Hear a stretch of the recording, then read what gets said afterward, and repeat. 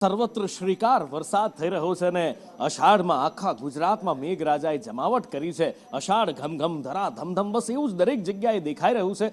લોકો વરસાદના આગમનથી તો ખુશ છે, પણ તંત્રની કામગીરી પર ઘણા બધા સવાલો ઉઠી રહ્યા છે। અને હવે જે કિસ્સો બતાવવો છે એમાં તો તંત્રના અધિકારીઓ અને પદાધિકારીઓની બુદ્ધિમત્તા પર સવાલ ઉઠે એવા દ્રશ્યો સામે આવ્યા છે ભરૂચના જંબુસરમાંથી, કે જ્યાં ચાલુ વરસાદે રોડ બનાવવામાં આવી રહ્યો છે।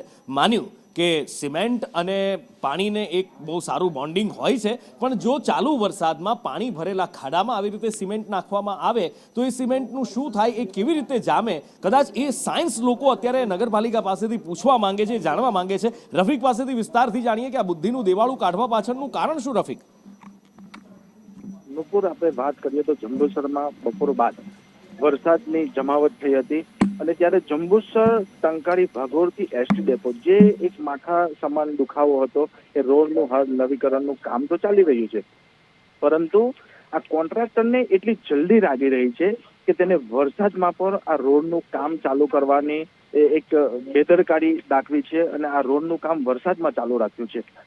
ખાડાની અંદર પાણી ભરેલા દ્રશ્ય તમને જોવાય છે અને એવા વાતાવરણની અંદર આ જે કોન્ટ્રાક્ટર છે તે રેતી સિમેન્ટના માલનું કોન્ક્રીટ પાથરી રહ્યું છે।